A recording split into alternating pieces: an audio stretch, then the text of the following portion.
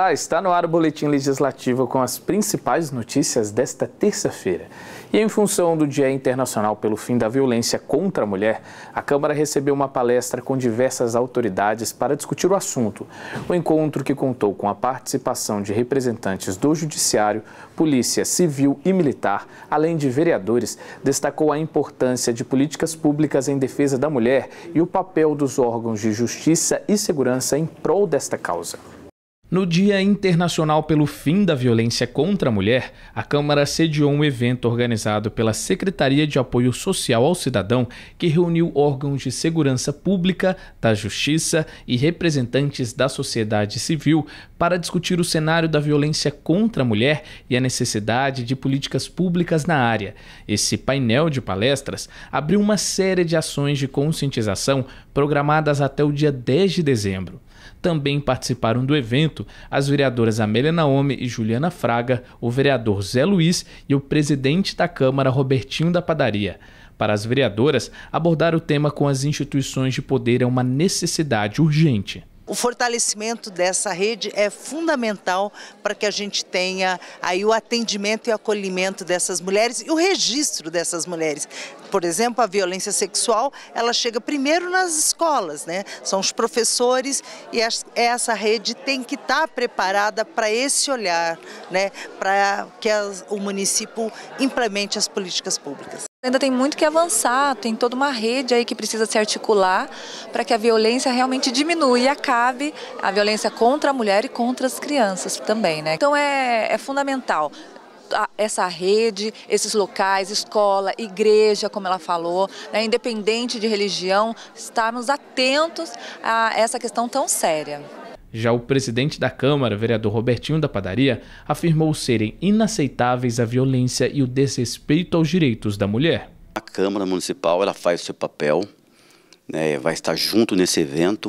São 16 dias de eventos, com palestras, reuniões de conscientização, para poder então estar dando suporte também aí às mulheres. E pode contar sempre com a Câmara Municipal.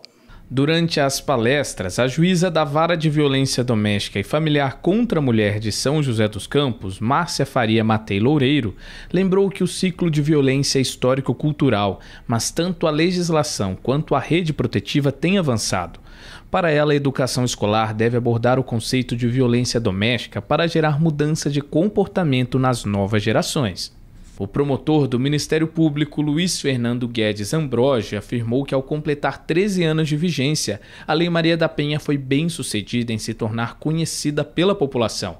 Segundo ele, o desafio atual é ampliar a consciência por parte dos homens, pois muitos agressores não compreendem que cometeram um crime.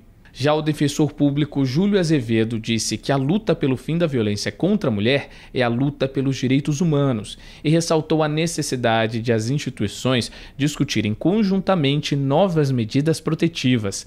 Nesse sentido, o presidente do OAB de São José dos Campos, Klaus Coelho Calegão, apontou que a cidade conta com um aparato preparado para combater a violência, com iniciativas e o desenvolvimento de novas abordagens junto ao agressor. Ainda assim, ele lembrou que neste ano, em todo o país, o número de feminicídios aumentou. Contextualizando a violência contra a mulher, a promotora de justiça do estado de São Paulo, Fabíola Sucasas, apresentou casos de violência familiar e sexual contra mulheres de diversas idades e as condições que exemplificam a realidade e demandam políticas públicas de empoderamento. Existe um olhar necessário de uma atuação em rede, intersetorial, multidisciplinar, para dar conta da realidade da violência doméstica e familiar contra a mulher. Porque quando nós falamos de violência doméstica e familiar contra a mulher, nós estamos diante de desigualdades com raízes de gênero. Né? Ou seja, existe uma relação entre a desigualdade de gênero e a violência de gênero. Então não é possível enxergar uma mulher que vai em busca do sistema de justiça, por exemplo, para pedir socorro, sem que se olhe quais são todas aquelas outras frentes que atravancam que ela se impulsione contra aquela violência. Ainda discutiram o tema a delegada da Polícia Civil, Cíntia Alves de Castro, A subcomandante da Guarda Civil Municipal, Cristiane Claudinho, e o inspetor regional da GCM, Elvis de Jesus, além do coronel da PM, José Eduardo Stanelli Jaquino, que falou sobre iniciativas que auxiliam no enfrentamento e prevenção aos casos de violência. Em todas as falas, ficou marcada a importância do apoio às mulheres vítimas e a necessidade de denunciar os agressores, uma corrente que tem ganhado força com o passar dos anos. Só no ano passado, no nosso país, houve mais de 92 mil denúncias pelo Disque 180, sendo cerca de 35 mil casos de violência doméstica. Além do ciclo de palestras, as ações para marcar a data contam com caminhada, rodas de conversa e panfletagem em escolas, UBSs, calçadão e feiras livres. E você, assim como muitos brasileiros, também está em busca de emprego? Então fique de olho na nossa agenda de serviços com as vagas de trabalho disponíveis no PAT de São José.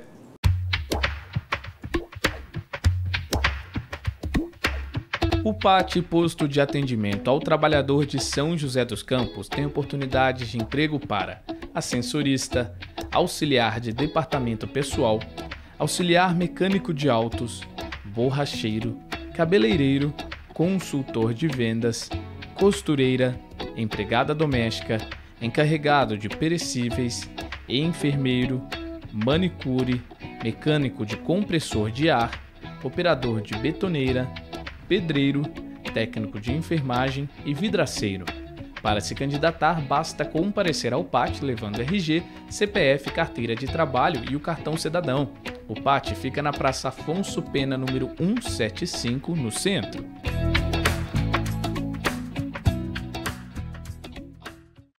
E em cerimônia solene, a Câmara concedeu a medalha de mérito municipal ao engenheiro Catão Francisco Ribeiro.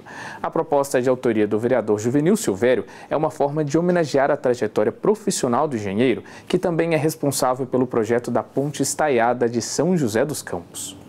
Em sessão solene, a Câmara fez a entrega da medalha Mérito Municipal ao engenheiro Catão Francisco Ribeiro, projetista da Ponte Estaiada, que será conhecida como o Arco da Inovação.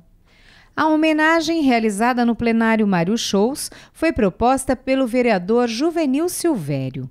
O evento também foi acompanhado pelo presidente do Legislativo, vereador Robertinho da Padaria.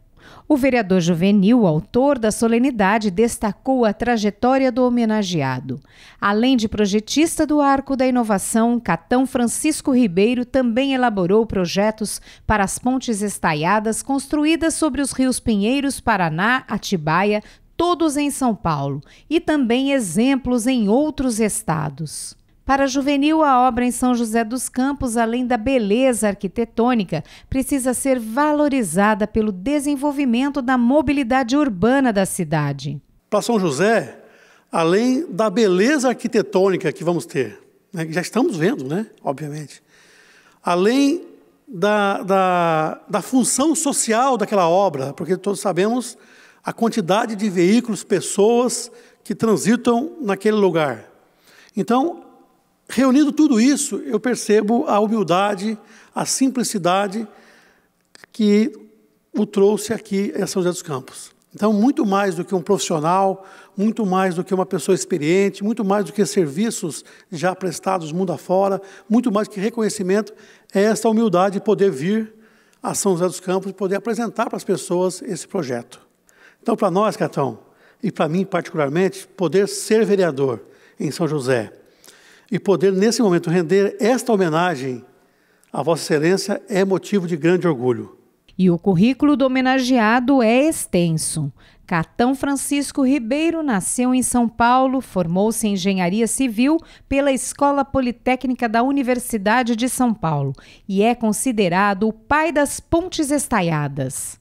Premiado nacional e internacionalmente, ele já elaborou mais de 3.500 projetos de obras chamadas de artes especiais, como a Ponte Otávio Frias de Oliveira, considerada cartão postal da cidade de São Paulo. A Ponte Estaiada de São José é um dos seus trabalhos mais recentes. A estrutura é tida como a única ponte do Brasil em arco e curva. O talento do engenheiro foi lembrado por amigos e autoridades que compareceram ao evento. A cerimônia foi acompanhada pelo secretário de Gestão Habitacional e Obras, José Turano Júnior, por um dos irmãos do homenageado, além de colegas de profissão e também funcionários da empresa de engenharia da qual Catão é diretor. Um vídeo com depoimentos da família também foi exibido em plenário. O que eu gostaria de dizer é que num país nosso, como o nosso, que o futebol é tudo, né? Eu gostaria muito que não fosse assim, mas nós sabemos que é assim. Esse cara é um craque. Se vocês nunca viram ele jogando futebol, eu vi. Era um craque. E vou dizer, se o futebol fosse o caminho dele, se ele tivesse escolhido o futebol, a gente estaria fazendo uma homenagem a um jogador aqui hoje. Então, assim, ele é esse cara que, no que ele resolveu, ele virou um craque, né? A medalha de mérito municipal foi entregue ao homenageado pelo autor da proposta Juvenil Silvério. Em agradecimento, o engenheiro Catão, que já morou em São José, falou da expectativa de que a obra se torne um dos cartões postais da cidade.